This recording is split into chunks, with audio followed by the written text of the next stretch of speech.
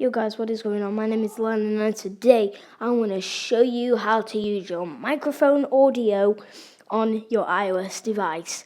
And on my other video I showed you how to screen record on your iOS, and today I'm going to show you how to basically add on a microphone if you didn't know how to do that.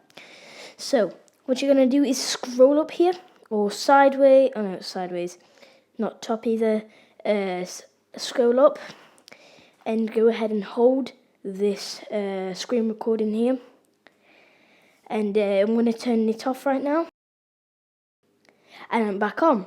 So that is pretty simple, and if you want to start it, you can press it, just don't hold it, just press it and it will do a countdown, 3, 2, 1, and you'll start recording. And that is going to be it for today's video, guys.